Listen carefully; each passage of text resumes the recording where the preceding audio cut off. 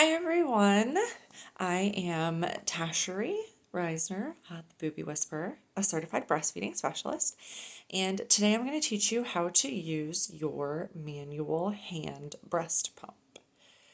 There are a lot of different brands that you can get on the market.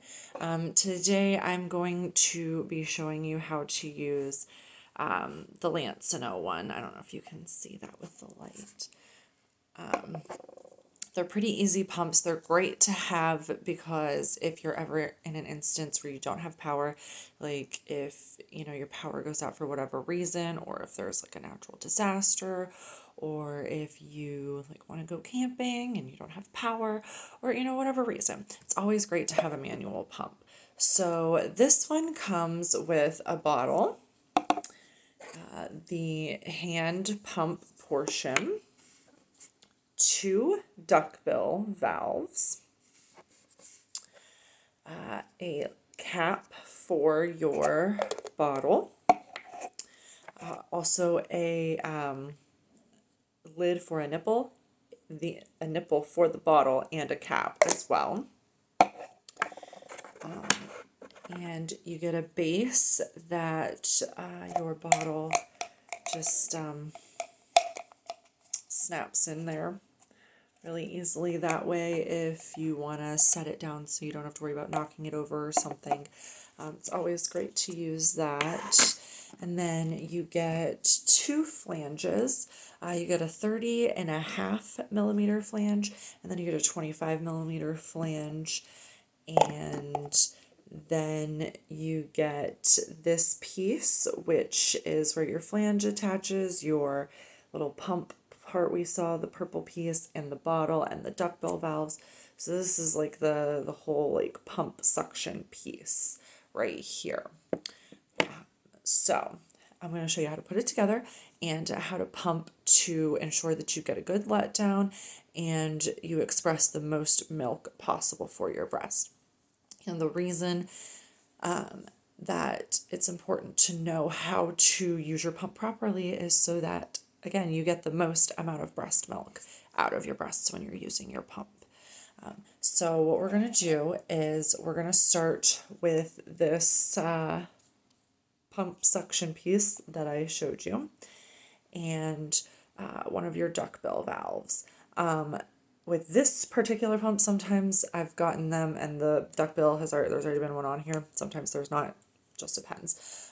But what you're going to do is you're going to take this part where the threads are to screw the bottle on, and there's a little hole in there. So you take your duckbill and you just push it right on, and it should just slide right on there. And now with your, I don't know how well you can see on here, but with your duckbill, you see how my lips are flat and touching. There's no gap. That's what you want your duckbill lips to look like. That tells you that they're still good and you're going to get the best suction and everything. Now, if you see a gap like this, or sometimes it'll be like wider or a little, a little smaller like that. If you see any kind of gap between the lips on your duckbill, you want to make sure that you are replacing it, because once there's a gap in the lips, the seal essentially has gone bad and you will not get good suction and milk removal. So you'll want to just take that off, and they come with two when you first buy them, so that's good. These parts, if you're using your pump every day, are typically good for 4 to 6 weeks, sometimes 8 weeks if you're not using them as much or anything, but you have to make sure that you're taking good care of it, you're washing it and drying it properly. And like I said, and as soon as you notice that gap, throw it out and get a new one. And that goes for all of your pump parts, with the exception of your bottles and your flanges. Those are really the only things that you won't have to replace unless like the plastic cracks or wears out. And that goes for electric pumps as well. All of your parts, your tubing, your backflow valves, your duckbills, everything needs to be replaced except for the motor itself and the flanges. because after a time it starts to wear us out, especially when you use it a lot. So after we've got our duckbill valve on there, let's take our bottle and we're just gonna screw it on there nice and tight so that there's no air getting out, no milk leaking or anything. Then what you're gonna do is you're gonna take, we'll do the handle first. So you take this handle and you're gonna put it down, and if you look here, there's grooves right there. Right here where there's also groove in this portion as well. And you're gonna, and a hole here. And you're gonna take that and you're gonna put it all the way down. And if that's too much suction, then you can go to the top one.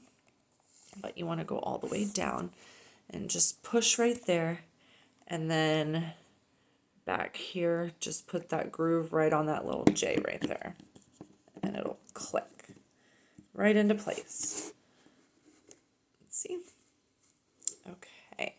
So after we've got this portion on, then we're going to take our flange and we are going to just push it in there nice and tight. You want it to be in there as far as you can get it. I mean, you don't want to use a lot of force, but nice and snug so you get the best suction.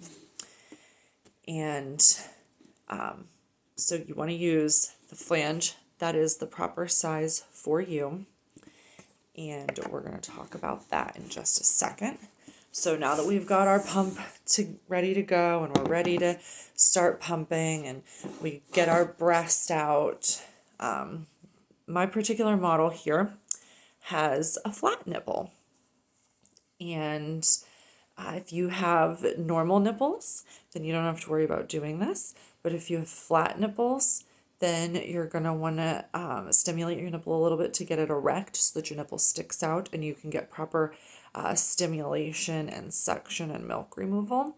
If you have like this a little bit, if you have like an inverted nipple, then there are tools that you can use to evert that. And I will go over that in another video. So what you're going to want to do if you have flat nipples is you want to gently pinch your nipple. You do not want to pinch hard or forcefully. Just very lightly pinch your nipple to stimulate it and just kind of like rub a little bit when you do it. It's not tug on it. You don't want to tug on it, but kind of just, pinch it a little bit. Just kind of just gently pulling it outward as you're pinching it. But you want to do it very lightly because you don't want to be forceful or cause damage or anything with pinching your nipple. Okay, we never want to pinch our nipple or squeeze our breast hard and forcefully, okay? And obviously this is not a real nipple, so it's not going to respond to stimulation. So I, of course, have to get in there forcefully and tug her out. And now that we've got our nipple nice and erect, we're going to take our pump. And what you're going to do is you're going to place your nipple right in the center of your tunnel. So it should look like it's in the center all the way around.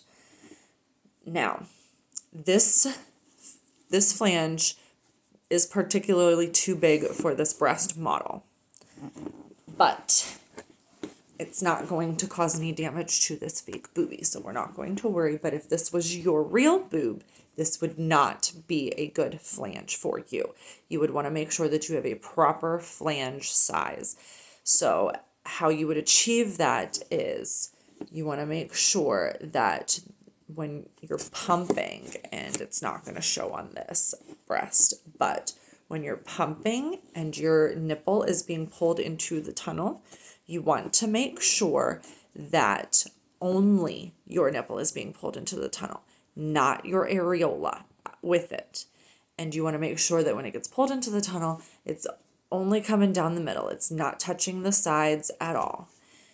And if you do have areola coming into the tunnel, or your nipple is touching the sides, you want to, if there's room, you want to adjust your nipple to make sure that it's in the middle and not touching the side. If you don't have room to do that, that is a sign that your flange is too small for your nipple.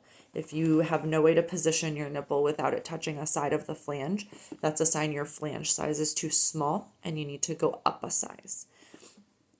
But again, you want to make sure that no areola is being pulled into the tunnel when you're pumping, because that means you're not getting adequate stimulation and you're getting too much breast tissue pulled in, and you're not getting the proper amount of milk removal with either a too small or too big flange size. So you always want to make sure you have the proper flange size. And with the Lancino and most other manual breast pumps and even electric breast pumps, you get two sizes. Some you only get one, but most you get two. If neither of those sizes work for you, you can order other sizes from the manufacturer or Amazon or things like that. If it's too big and you want to go down a size, you can also order silicone inserts for your flanges that will make the flange a smaller size. It will make it your size, and it will also help reduce some of the friction, especially if you have elastic nipples, so that you won't get so much pull into the tunnel. Because if you have elastic nipples, that is a problem. Too much of your breast gets pulled in, or your nipple gets pulled and stretched too much. So with a silicone insert or a silicone flange like Pumpin' Pals, that helps prevent that. So now that we've made sure we have the proper flange size on our breast, and we've got it right in here, and our nipples erect, and we're ready to start pumping, what you're going to do is you're just going to hold it just like this, and to stimulate a letdown, you're going to do some fast pumps, just 5 to 10. Just take a quick break, go back, and you're just going to keep doing that until you see milk actively flowing, not just like a drop or two, but actively flowing when you're pumping. And what this does is this stimulates the baby's suction pattern when they first latch onto the breast. They have a quick suction to help stimulate the breast and get that milk flowing. So you're going to want to do that 5 to 10, take a quick break for a second, 5 to 10, take a quick break for a second until that milk is flowing. Once that milk starts flowing, then you want to do long, slow pumps. And this is called expression. So long, slow pumps. And that is going to simulate the baby's suction after they get the milk flowing and they start swallowing milk. And that is when they're swallowing milk and actually nursing, that is a 1-to-1 pattern of 1 suck, swallow, breath, and then 1 suck, swallow, breath again. Now, if they're comfort nursing, it's going to be a lot more. It'll be similar to that letdown of 5 to 10, but could actually be more, 20 to 30, and then a swallow and breath for comfort nursing. But for just this, we're doing the letdown, and then we get our milk flowing, and then we go long, slow. And you do that until you see no milk coming out, or it's coming out much slower. And when that happens, you can do some letdown pumps again. And once you see milk flowing again, then you go back to those expression pumps. But if you do the letdown pumps and you don't see any more milk coming out, or you don't see it picking up or anything, then you can stop pumping, because at that point, your breast has been emptied enough to resemble a feeding from your infant. So I hope that was informative. Have a wonderful evening.